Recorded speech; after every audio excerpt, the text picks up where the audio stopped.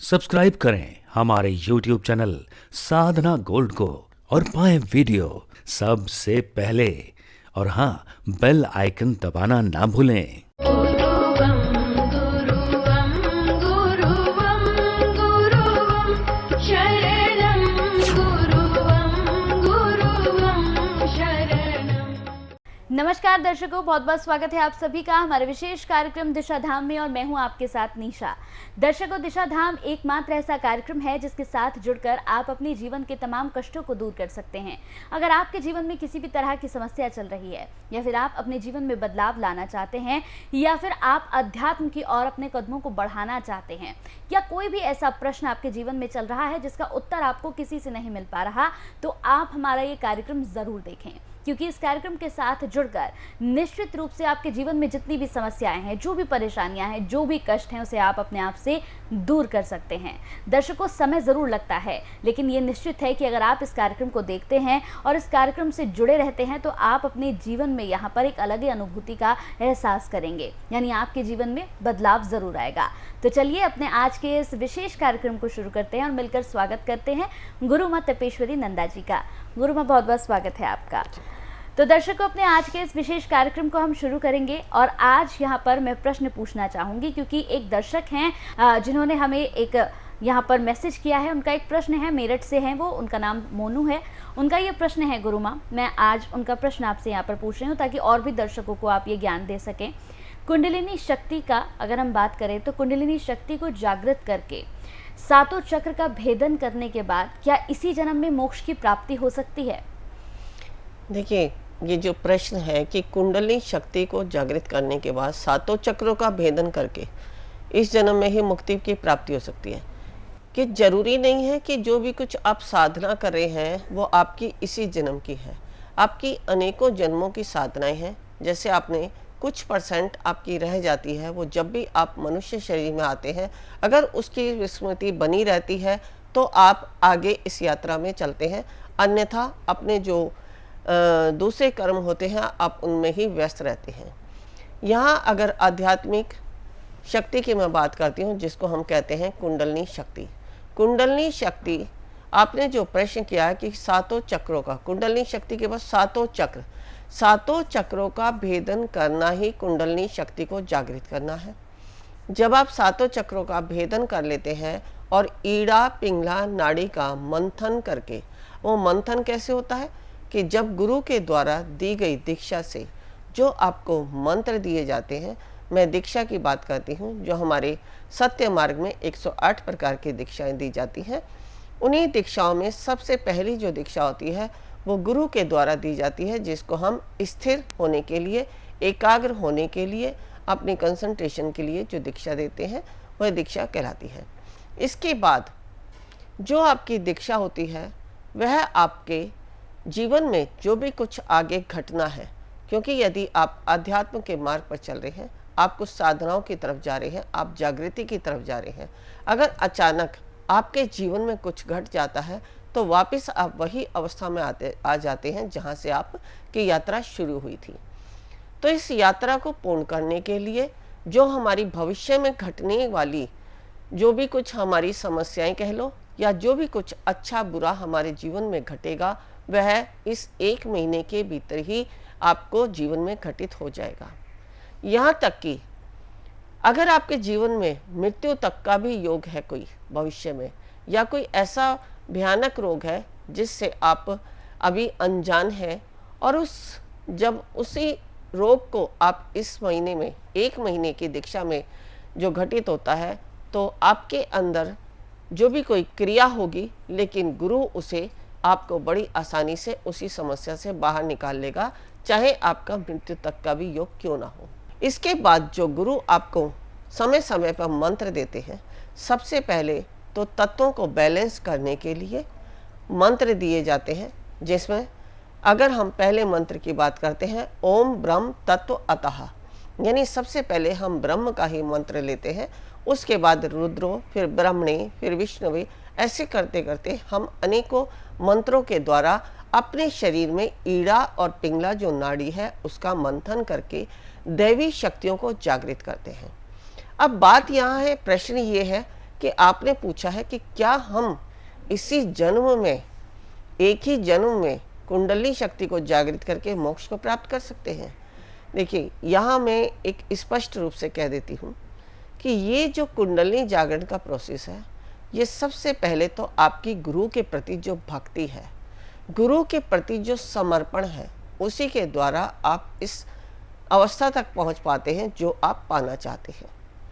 यदि आप समर्पित ही नहीं हैं, आपकी भक्ति नहीं है, तो आप गुरु के द्वारा बताए गए मार्ग पर चल ही नहीं सकते। आपके किसी के प्रति भक्ति होती है, प्रेम होता है, समर्पण होता है, तभी आप उसकी बात को अपने जीवन में अपनाते हैं और उससे आगे बढ़ते हैं। जैसे यदि आपके जीवन में माता पिता का स्थान है, आपके माता पिता के आप आदर सत्कार करते हैं, उनके प्रति उनकी हर बात को, हर आज्ञा का पालन करते हैं, तो आप जीवन में सफलता की तरफ जाते हैं। उसी प्रकार यदि आप गुरु के प्रति भी समर्पित होकर समर्पण भाव से, भक्ति से गुरु के द्वारा बताए गए मार्ग का अनुसरण करते हैं, तो आप जीवन में उस लक्ष्य तक पहुंच जाएंगे जिसको हम मोक्ष कहते हैं। अब यहाँ मैं एक बात स्पष्ट कर देती हूँ, मोक्ष जरूरी नहीं है कि आपको मरणोपरांत ही मिले। मोक्ष क्या है? मोक्ष जीते जी हमें सुख के समय सुख नहीं, दुख के समय दुख की अनुभूति नहीं, यानी समभाव में रहना ही मोक्ष की अवस्था है, जहाँ हमें आसक्ति नहीं होती, हमारे अंदर अनासक्ति की अवस्था आ जाती है। जब हम आसक्ति को छोड़ देते हैं, सिर्फ अपने कर्म पर ध्यान देते हैं और कर्म के द्वारा ज्ञान की उत्पत्ति होती है। यहाँ मैं वो कर्म कह रही हूँ जो आपको गुरु ने बताए हैं, यानी जो आपको मंत्र दिए, या कोई भी ऐसी अवस्था में बैठना जिसके द्वारा आपके शरीर के जो विकार हैं वो दूर हो जाए। जब आपके शरीर के विकार दूर हो जाते हैं, आपके जो इंद्रियां हैं वो आपके वश में हो जाती हैं, मन आपका स्थिर हो जाता है, क्योंकि मन ही है जो आपको समय समय पर कुछ करने से रोकता है। यदि आप मन को स्थिर कर लेते हैं तो आप जिस भी रास्ते पर चलना चाहें उस पर आसानी से चल सकते हैं।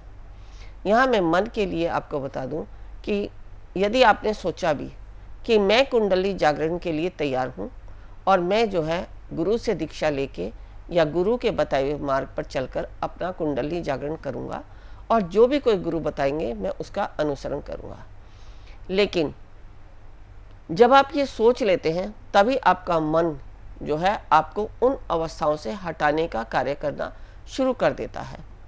आपका मन कहता है कि नहीं, अभी नहीं, कुछ समय और रुक जाओ, या अभी आपकी आयु नहीं है, या अभी समय ठीक नहीं है, या अभी हमें किसी का साथ चाहिए, कोई साथ होगा तब हम कुछ करेंगे। इस तरह की मन की जो चंचलता है वो आपके अंदर विकारों को उत्पन्न कर देती है, और जैसे ही आपके अंदर इस प्रकार के प्रश्न उठने लगते हैं तो आप समय को छोड़ देते हैं। जब आपने उस समय पर कुछ नहीं किया तो वो समय दोबारा आता ही नहीं है। हाँ, अगर आप गुरु के प्रति समर्पित होकर गुरु की आज्ञा का पालन करके गुरु ने जो बताया आप दृढ़ संकल्प के साथ उसको करते हैं तो अवश्य ही एक जन्म में क्या, आप कुछ ही क्षणों में उस अवस्था को प्राप्त कर लेंगे जो कि मोक्ष की अवस्था होती है। यहाँ मैं बताना चाहूँगी कि कुंडली जागरण में जो 7 चक्रों का भेदन बताया है, अब 7 चक्रों के भी मंत्र होते हैं।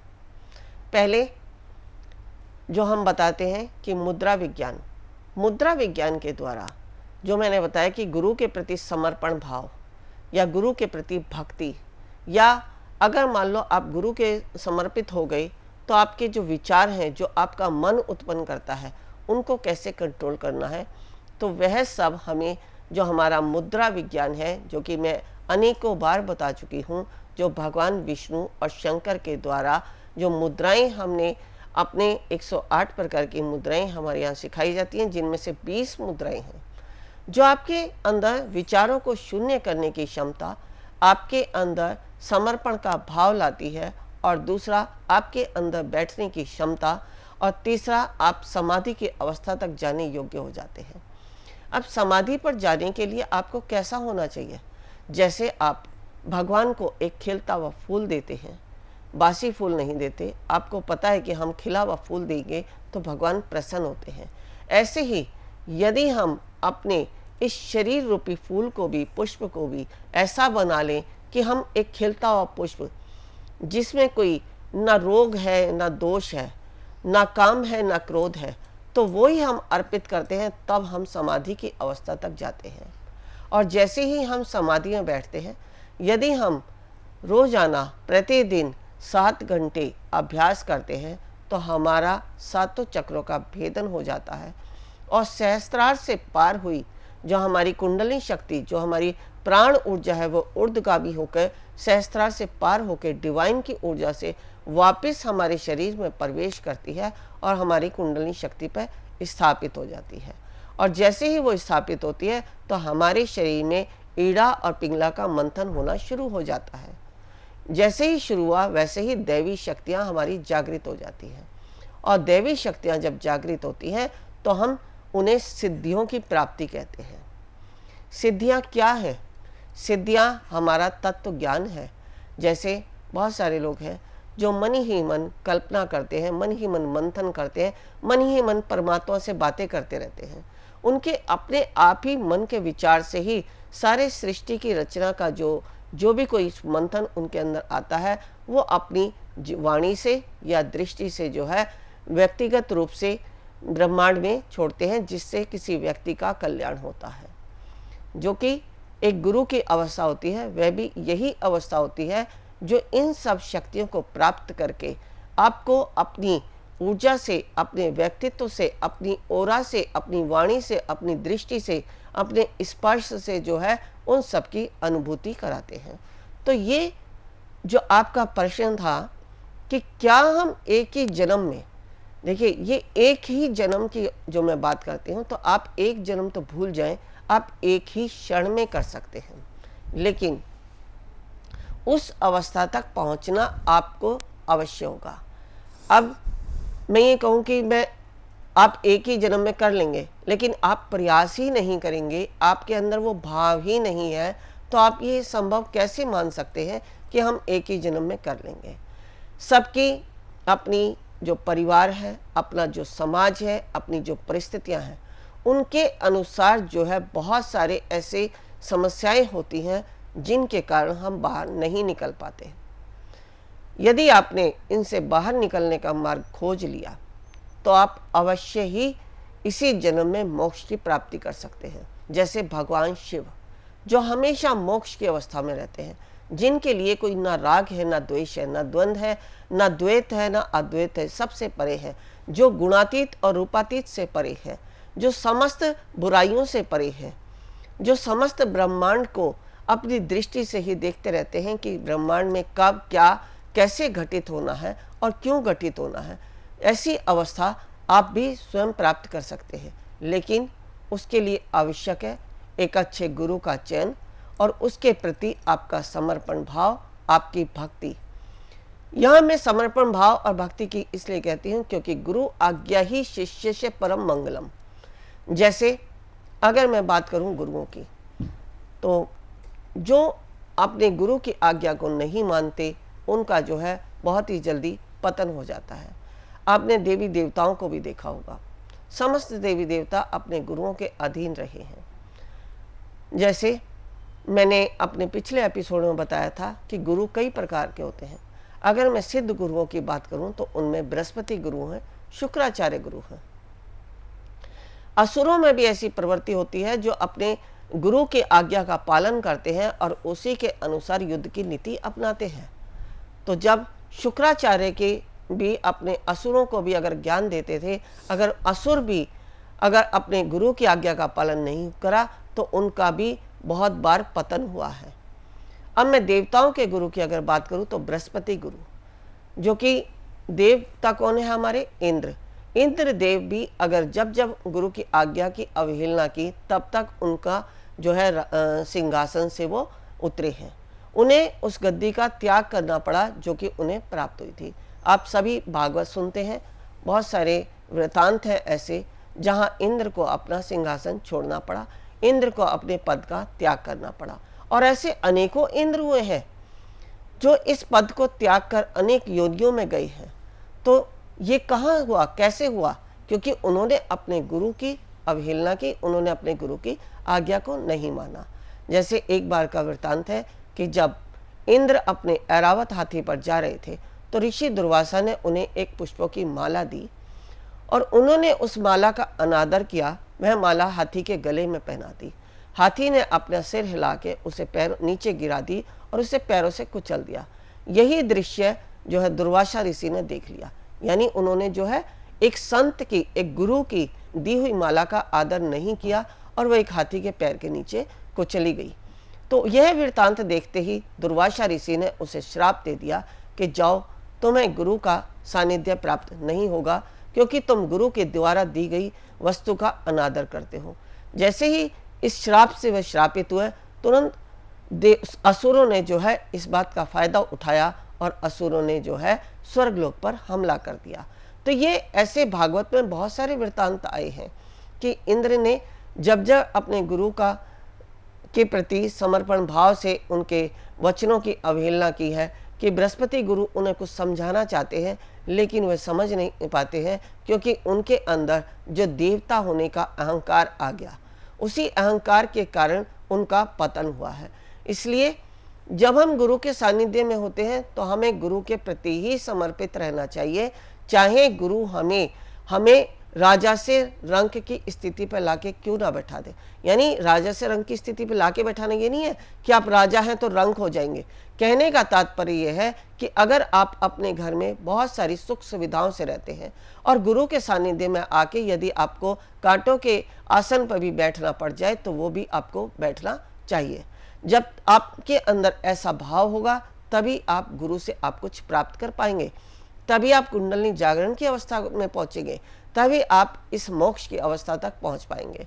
क्योंकि हम जब जैसी सुविधा हमारे पास होती है वैसा ही अगर हम अपने जीवन में अपनाते हैं, यानी एक त्याग की भावना, त्याग का कि आप घर के सुख सुविधाओं को छोड़ के गुरु के सानिध्य में जैसी सुविधाएं आपको वहां मिल रही हैं उसी सुविधाओं में गुरु के द्वारा दिए गए ज्ञान को आप प्राप्त करते हैं। तो इस तरह के वृत्तांत बहुत होते हैं। ज्ञान की कमी नहीं है, ज्ञान आप प्राप्त करते रहें और अपने जीवन में हमेशा उन्नति की तरफ, आगे आध्यात्मिकता की तरफ बढ़े, ताकि आपका जीवन जो आप पाना चाहते हैं, जिस अवस्था तक आप पहुंचना चाहते हैं, जो आपका लक्ष्य है, वो प्राप्त हो जाए। बिल्कुल दर्शकों, तो यहाँ पर गुरु माँ ने लगातार हमें बताया कि आप मोक्ष की प्राप्ति कैसे कर सकते हैं और क्या इसी जन्म में मोक्ष की प्राप्ति आपको होती है, ये जानकारी भी यहाँ पर गुरु माँ ने आपको दी है। अगर आपके मन में भी किसी तरह का कोई प्रश्न चल रहा है तो टीवी स्क्रीन पर जो नंबर चल रहा है, आप इस नंबर पर व्हाट्सएप के जरिए भी अपना प्रश्न पूछ सकते हैं। कोई भी प्रश्न जिसका उत्तर आपको कहीं से ना मिल रहा हो तो भी आप संपर्क कर सकते हैं। अगर आप गुरु माँ से मिलना चाहते हैं तो आप इन नंबर पर संपर्क करने के बाद एक छोटा सा अपॉइंटमेंट लेकर गुरु माँ से मिल भी सकते हैं। तो चलिए, वक्त की कमी है, वक्त हो चला है विदा लेने का। बहुत बहुत शुक्रिया गुरु माँ, आप जुड़ी अपना कीमती समय आपने दिया, बेहद शुक्रिया आपका। नमस्कार। ऋषिकेश में जो हम शिविर कराने जा रहे हैं, हमारा उद्देश्य कुंडलिनी जागरण।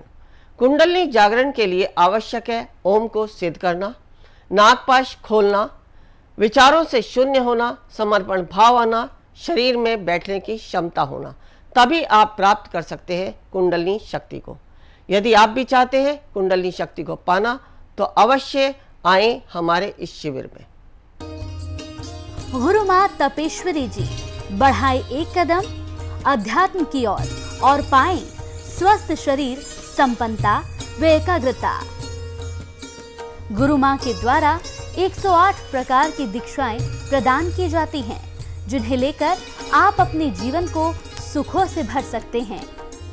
आप गुरु माँ से ध्यान व उपचार पद्धतियां सीख सकते हैं, जैसे मुद्रा विज्ञान, साधना से सिद्धियों की ओर, तत्व ज्ञान, लामा फेरा, तनाव, डिप्रेशन, पागलपन, नजर दोष, टोने टोटके में अत्यंत प्रभावी, योग माया, रोगी को रोग मुक्त करना, हुंकार विद हलीम बौद्धिक, विकास एवं लक्ष्य प्राप्ति हेतु, टिंटी सर्कल, एकाग्रता बढ़ाने के लिए। हमारा पता है गुरु माँ Tapeshwari ji Ashram, Disha Dham, near Delhi Singhu border, pin code 131028।